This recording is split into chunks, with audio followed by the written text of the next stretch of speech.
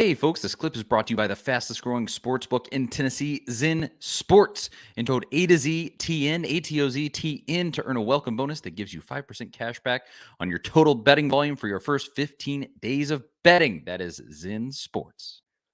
And maybe you could combine two elements here that we need to talk about.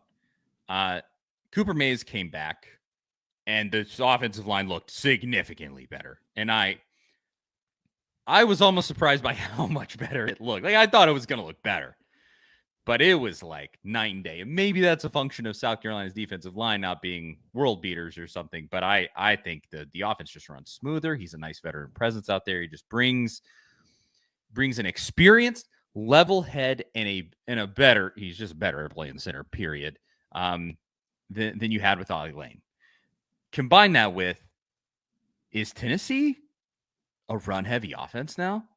I mean, you have Joe Milton right now with kind of tweaked knee. You're not sure exactly where he's at. He's already not amazing at throwing the ball. He's not necessarily terrible, but he's not consistent. And they just ran it all over South Carolina. And it's with all three dudes. Dylan Sampson, monster. Jalen Wright, monster. Jabari Small, monster. I mean, it's just a great backfield. Every single one of them made plays in that game. And I mean, I think you're talking probably the best running back room in the SEC. And I think those two things go together. The offensive line has to be better for Tennessee to be a run-heavy team. I think Tennessee, looking at the way things are, Tennessee almost has to be a run-heavy team this season. And that's really interesting because I did not anticipate that coming into this season. They really like to be pretty much balanced last year, and I think Tennessee might be run heavy because that's where your skill is. It just is what it is. And I think, well, real quick on Cooper Mays, I think you have to point out the fact that he came back after not playing pretty much the whole month of September, the first 4 games of the season, not really practicing much, and played 70 snaps out of 74, pretty much the whole game. I think he was out there all but the last series. To do that with the conditioning that it requires to be in, the condition it requires you to be in to play in this offense, the tempo and to operate that was pretty impressive. I know there's a lot of controversy, or maybe not controversy, just discussion about the injury and the surgeries that he had and staying out when he was going to be back.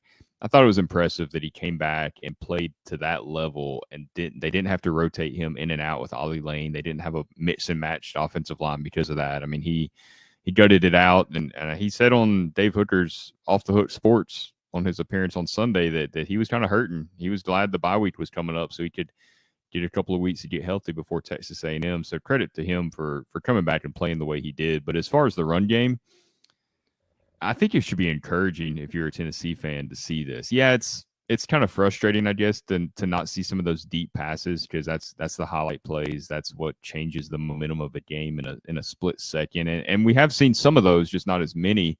But the fact that, hey, Tennessee can go run the ball and pick up 6-7 yards a carry if they need to, that's impressive. I mean, they have 3 running backs that are playing at a really high level right now. Josh Heupel's showing that this offense is not one-dimensional. They can do a lot of different things. If that's the style that they need to play and if that's what the defense is going to give them, they're going to take it. And I saw a stat on Twitter. I don't know if it's totally accurate, so don't go out there sharing this with your friends and saying that it's for a for sure stat, but it does seem like it might be legit. They said that Alvin Kamara was the only running back since Philip Fulmer that's averaged over, I think, 6 yards a carry until this season. I think Tennessee's got all 3 that are right there at that number. And if that's the case, that's pretty impressive. I mean, that's over the last 15 years. And playing against a couple of SEC teams and to still have that average pretty much halfway through the season, that says a lot about the offensive scheme and what Heupel can do. It's football season, and it's time to switch to Zen Sports, the fastest growing sports book in Tennessee, changing the bonus game with their cash rewards program. When you sign up for Zen Sports with code A to ZTN, ATOZTN, earn a welcome bonus that gives you 5% cash back on your total betting volume for your first 15 days of betting. And if you have friends who bet on sports, share your Zen Sports referral bonus code with them, and you will earn 3% of their betting volume for their first 6 months of betting on Zen Sports with no cap on how much you can earn. So what are you waiting for? Stop wasting time and money on other sportsbooks when you could be earning real cash rewards with Zen Sports. Download today on the App Store at ZenSports.com.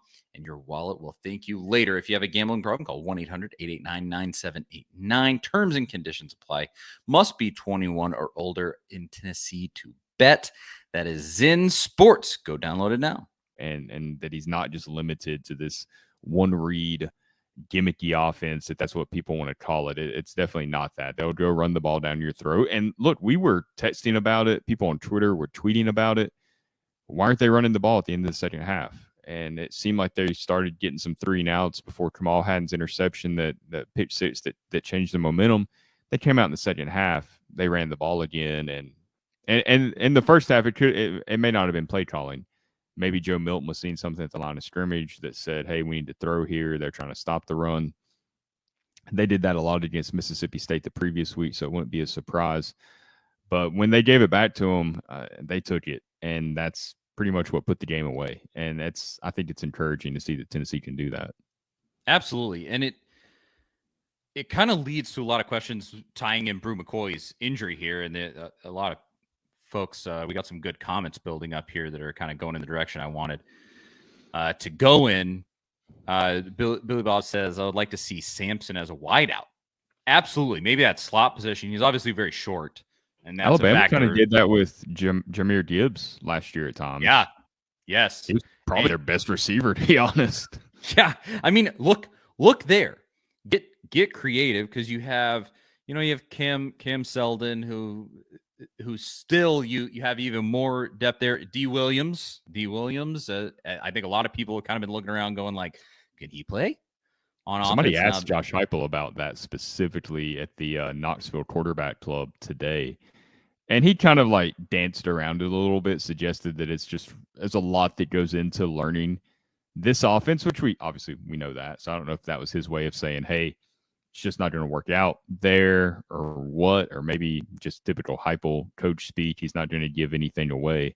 But that's something that people are definitely asking about, and Heupel's hearing it from fans. He definitely is, because D's electric. And I don't think there's any way to deny it. It's kind of like Dylan Sampson, where you look and you go like, man, this dude's killer. Like, why are we not getting the ball in his hands more? It feels kind of similar to D. Williams. Maybe there's something there that we just don't know about. The thing with Dylan Sampson, real quick, though, is that Jalen Wright, I think, averaged more yards per carry than him. Like, Sampson's electric, and the ball needs to be in his hands often, but Jalen Wright is right there with him. I mean, he's doing a lot of incredible things this season. You can tell his patience, all that stuff has improved tremendously, and he was good last year. I mean, he would have been a 1,000-yard rusher last year if it was just him in that backfield. So it's almost like a Kamara, Jalen Hurd situation, I feel like, with Wright and Sampson right now. Yeah, that's a big comparison, as you already kind of said there. But I mean, it's definitely the best set of running backs we've had since then. I don't think that's even in doubt at all.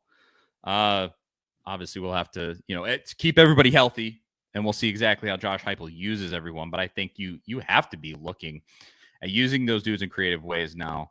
That you have Brew McCoy out, and I like Green Wavy said, maybe with the best edge blocker out, maybe we'll throw more downfield.